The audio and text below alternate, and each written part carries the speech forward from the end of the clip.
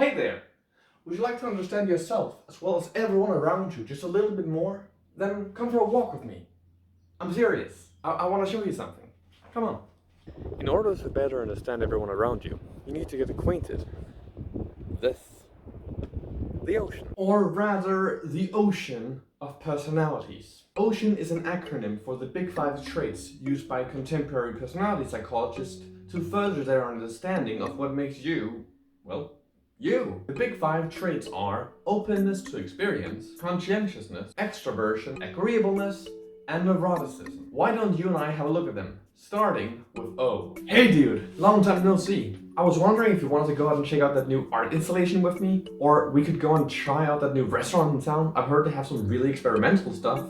Or perhaps, if you're down for it, we could sit down and have a philosophical discussion, because I know you and I disagree on a lot, and I think it would really help me expand my horizons to hear your opinions. Openness to experience is the axis that measures, well, your openness to new experiences. This can be anything from trying out new foods to discussing completely new ideas that are completely foreign to you. This trait tends to be associated pretty heavily with creativity and artists. Actually, particularly jazz musicians. There's a fun video to watch about that. It'll be in the description. And I believe the next candidate is the one who's the most associated with corporate success.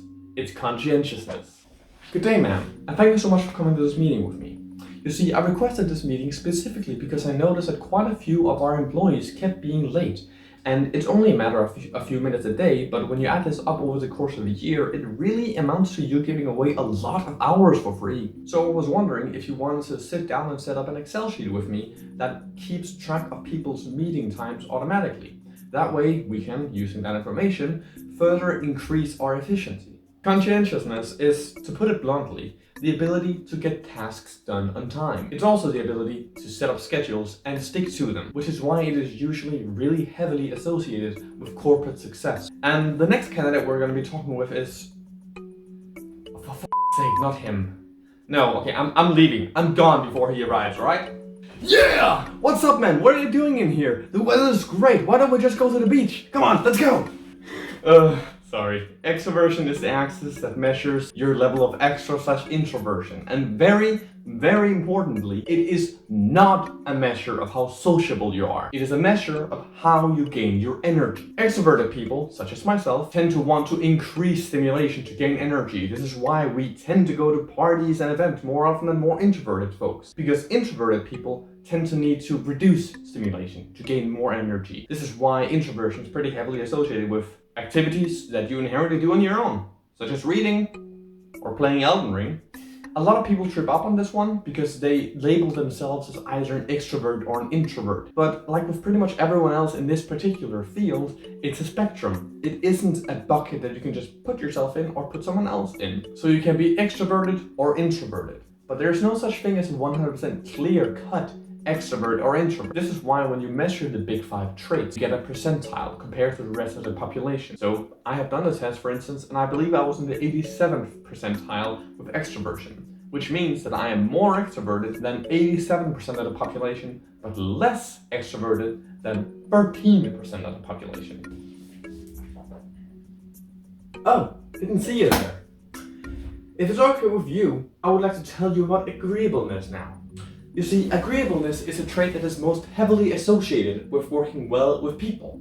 That is, if you score highly on it. Highly agreeable people do quite well with people because they're, well, easy to get along with. There's usually not much fuss involved in getting them to do things and getting them to go with you to do things, even though they might not actually really want to do them because they, well, agree to a lot of things. And interestingly enough, there's actually some data to support the claim that more disagreeable people actually have worse health outcomes because, you know, more disagreeable people getting more arguments lead to more stress, and you probably get the picture. And now, lastly, we have M.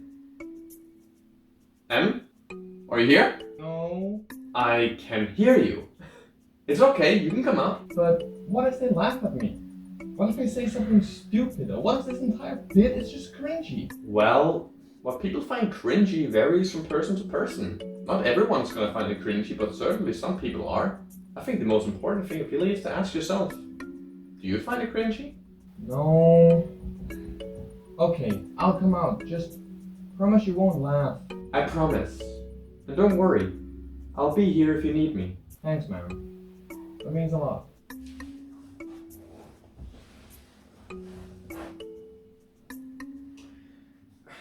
Neuroticism is the last measure on the scale, and it measures, well, how neurotic you are. And high levels of neuroticism is pretty heavily associated with anxiety and just a general, nervous vibe. And that's it. Those are the 5 factors in the Big 5. And before you go, let me leave you with a piece of advice. Personality tests are great.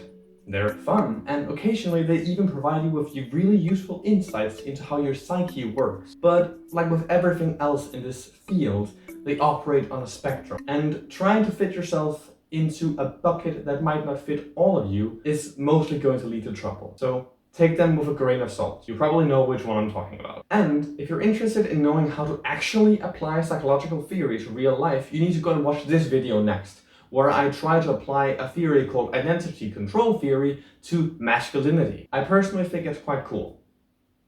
Thanks for watching, and I hope you have a very nice day.